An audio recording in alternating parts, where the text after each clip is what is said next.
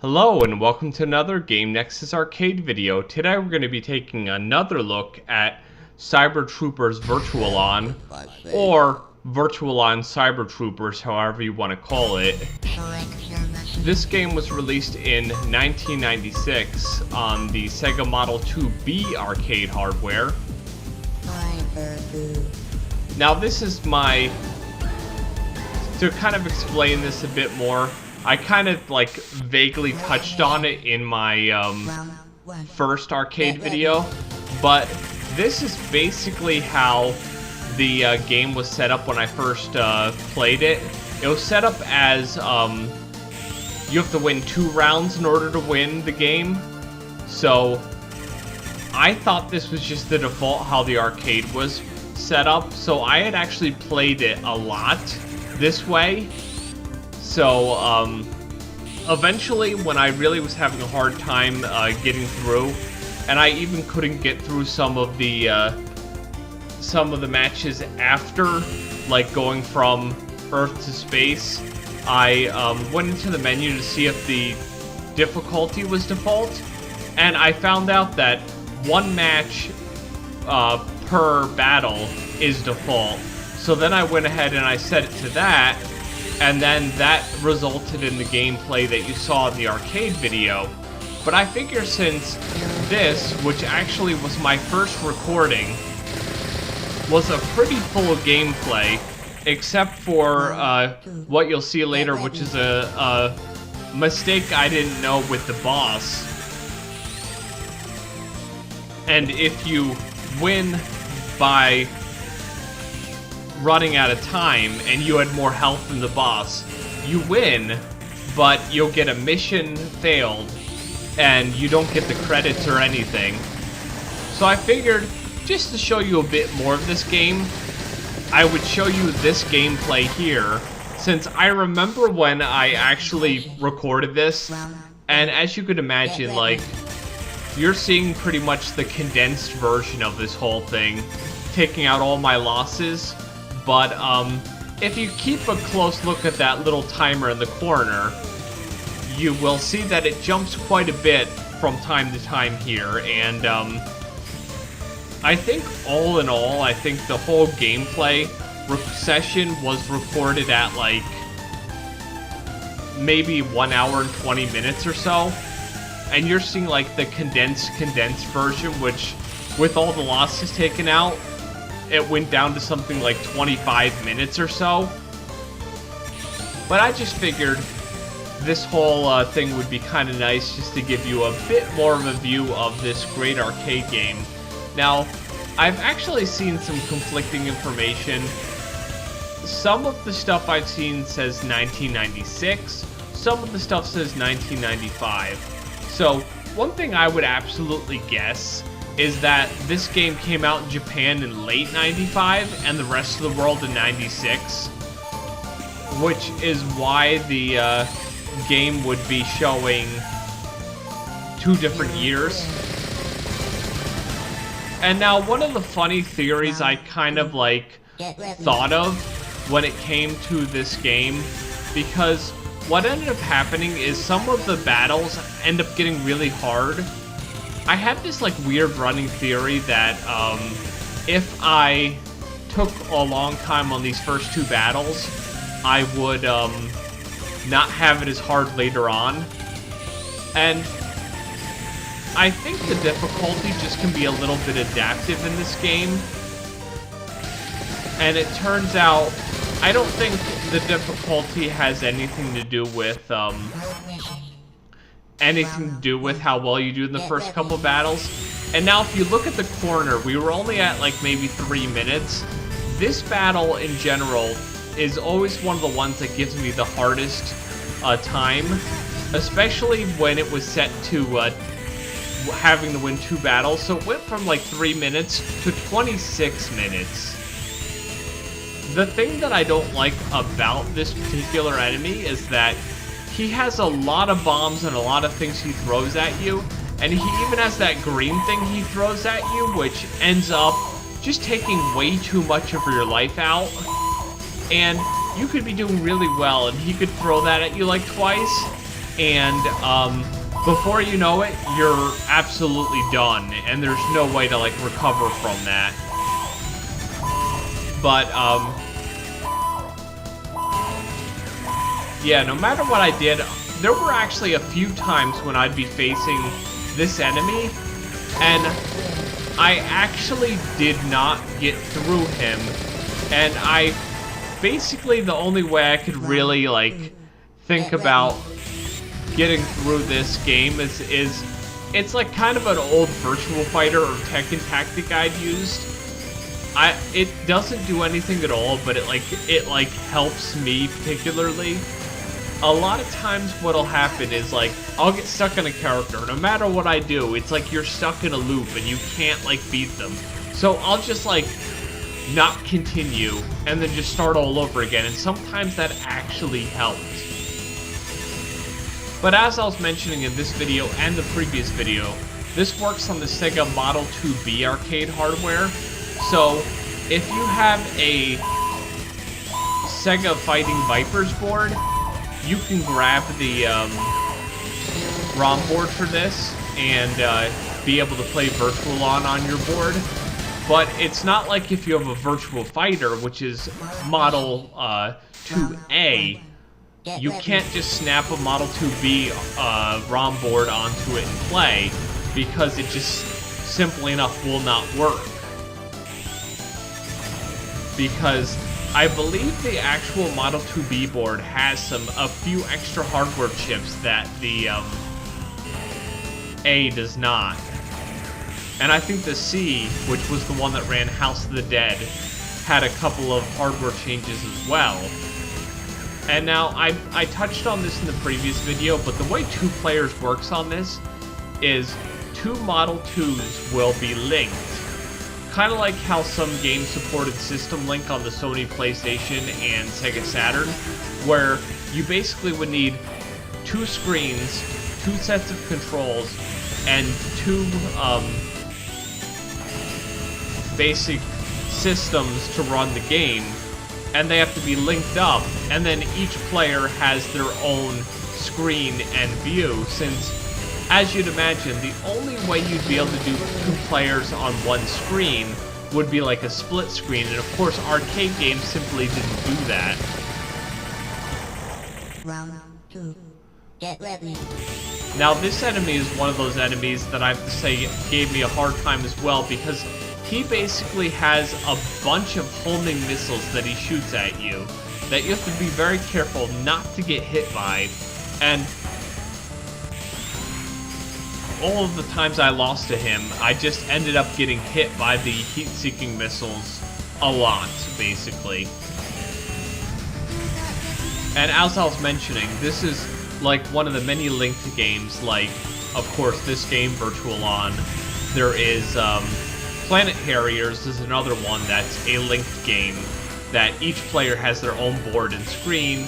Spike Out Digital Battle Online, and of course Spike Out Final Edition do the same thing, where, if I recall correctly, you can actually link 8 it's either 4 or 8 Spike Out boards. Now I want to say 4 because there's only 4 selectable characters. The same would go for Slash Out on the Naomi. You have to link 2 Naomi boards to play multiplayer in Slash Out. Round 3. Get ready. And now, if you want to know a little bit more about my character choice here, the reason why I ended up selecting Viper 2 is I tried a few of the characters. I tried the first character, I think it's like Temujin or something like that, and I just didn't like his weapons. I tried the female character that you face later in the game. I think she's like Fei Lin or something like that.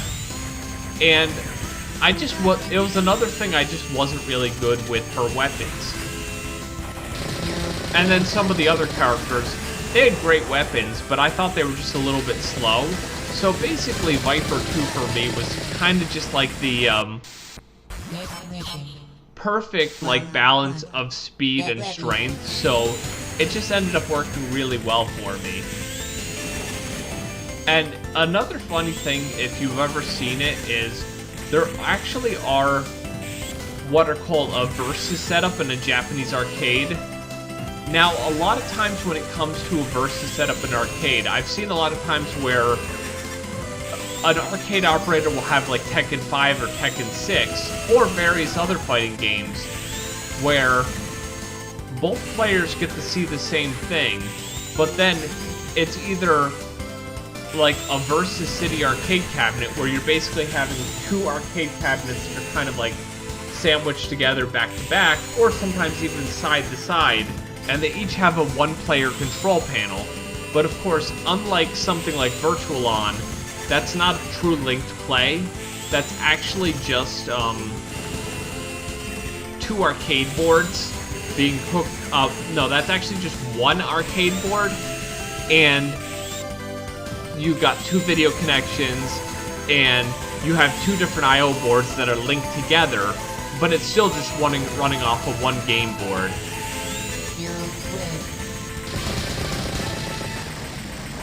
And the thing I always find funny is even if you win by running out of time, whoever loses still blows up. So regardless, you still have that happen. And the funny thing is, what you're seeing in this gameplay is a lot of my like first gameplay. So if I look like I don't do a lot of the moves as well as I eventually do them in the arcade video, it's because this was I want to say August 9th, and the video for the recorded footage was actually recorded when I'm recording this commentary August 20th. So it was like 11 days difference. So between this gameplay and that gameplay, it was like quite a few different tries that I had.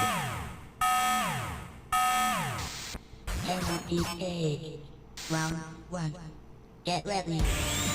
And now I had made mention of it in the arcade video, but you can especially see it here. I don't know if it was seen as well in the arcade video, but this actual boss gets much smaller when you continue, especially when you have two matches set like I had here. Round 2. Get ready. And the original version, he was like really big. So it was good that he actually ended up getting toned down. Now, I'm gonna go ahead and read some of the reception to the game in the Wikipedia here. In Japan, Game Machine listed Virtual On Cyber Troopers on their March 1st, 1996 issue of being the most successful dedicated arcade game of the year. So yeah, in Japan this arcade game did really, really well. But then again, the arcade scene has always been great in Japan. Now, reviewing the arcade version, a next-generation critic described the game as phenomenally intriguing. This version is not a simulatory system. All registered user data will be transferred to the deployed virtual system memory bank.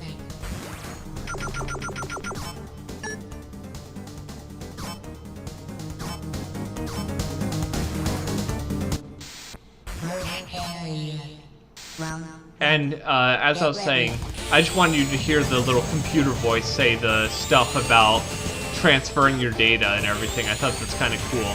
He found the use of full three-dimensional movement, heat-seeking projectiles, and defense sprints to be strong innovations, which set the game above rival Namco's Cyber Sled.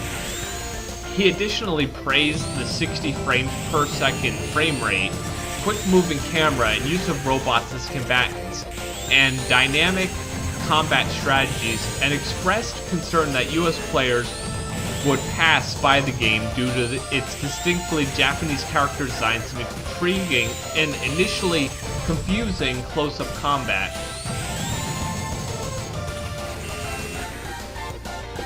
Now, the Sega Saturn version was widely held to be an extremely accurate translation of the arcade version, but of course critics were divided about the game itself.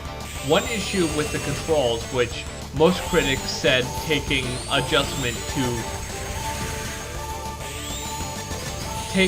take adjusting to unless the Twin Sticks controller is used. And a reviewer for Next Generation pointed out that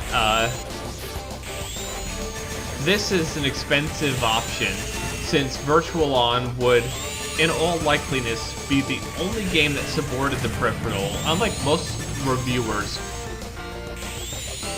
GamePro's The Rookie said the game looks and sounds 16-bit, and he felt it offered enough fun to be worth trying as a rental. However, the main point of disagreement was the gameplay. Next Generation, Rich Leaderbetter of the Sega Saturn magazine, and Sean Smith and Crispin Boyer of Electronic Game Monthly all said that while the game is deceptively simple, it offers numerous possibilities.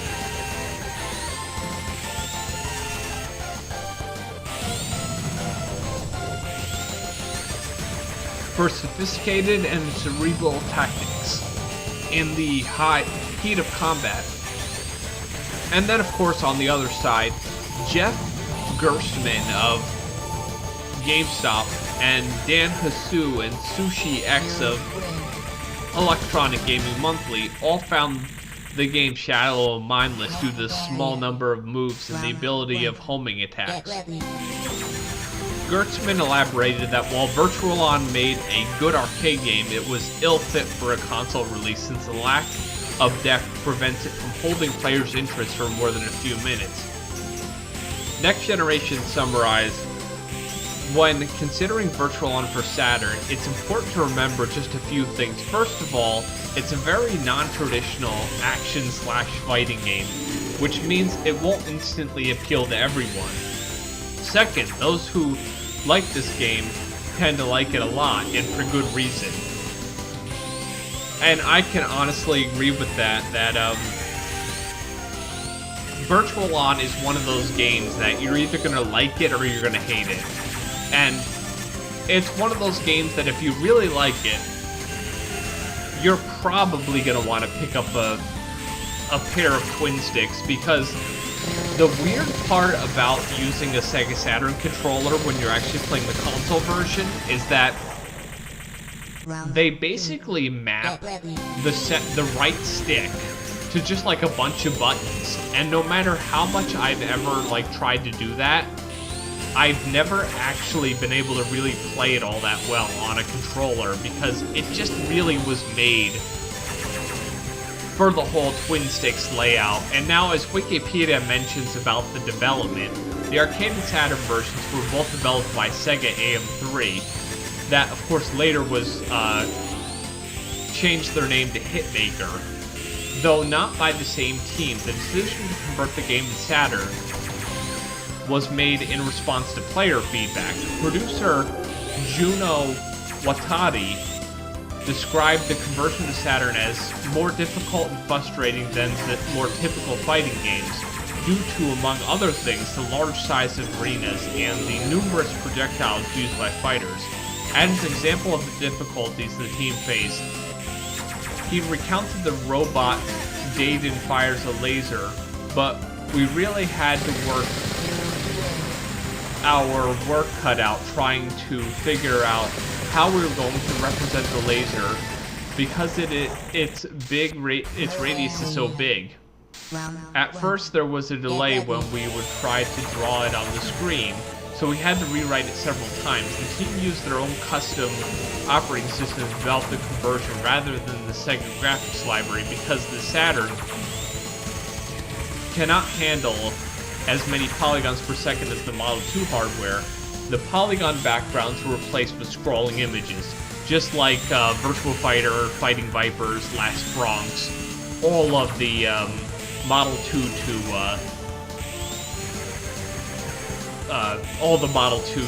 Sega Saturn games. The game is set in a dystopian future, which Earth is controlled by corporate syndicates, people eager to break free of their rule, colonize other planets. On one of these colonies is discovered a powerful technology used by an extinct race. One of the corporate syndicates, DN, reverse engineers the technology and uses it to design battle robots called Virtuaroids. While testing their new technology, the central computer at the test complex becomes self-aware and activates the Sun Cannon, intending to use it to destroy civilization. DN assigns their top personnel to take control of several virtualoids, using them to shut down the rogue computer. It kind of, in essence, sounds like Tron meets the Terminator. The whole self-aware thing sounds kind of Terminator-ish, but the whole computer deciding to, like, kill civilization kind of sounds like Tron. So, it definitely has, like, an intriguing story there, but yeah, the crazy part about this game is that, as I was mentioning earlier, that you have an arcade, Sega Saturn, Microsoft Windows, PlayStation 2 with the Sega Ages 2500. Then, of course, there was the Xbox Live Arcade on Xbox 360, PlayStation 3 on PlayStation Network as a digital game, and, of course, the PlayStation 4 version. So this original Virtual-On game has been everywhere, basically. But, the PlayStation 2 version, as far as I've seen, I really have to play it a bit more myself, is very similar to what you're seeing here, because those Sega Ages 2500 ones are basically, they take a Sega Model 2 game and they convert it to the PlayStation 2. And now you'll get to see my losing at the boss here. And this is one thing that I was wondering before, why the boss is only one battle, whereas the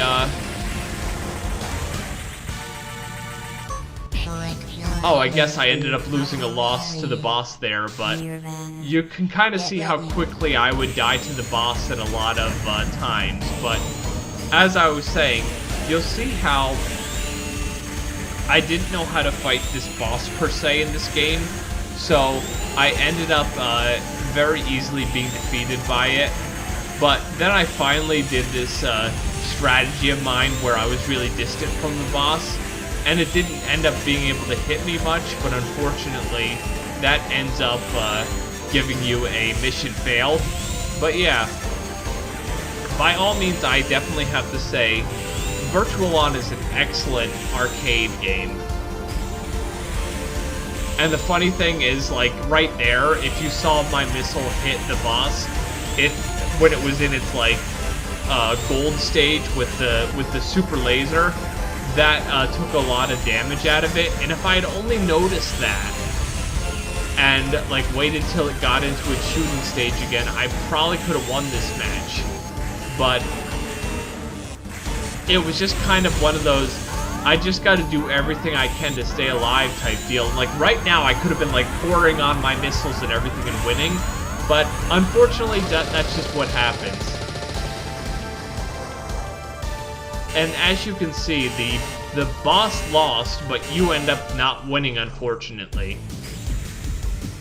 And now, the cool part is here, as opposed to the arcade video, it shows my character fighting it, not some other random character, but Virtual-On is an excellent game, especially when played with arcade twin sticks, or any twin stick controller that came out for the various console versions.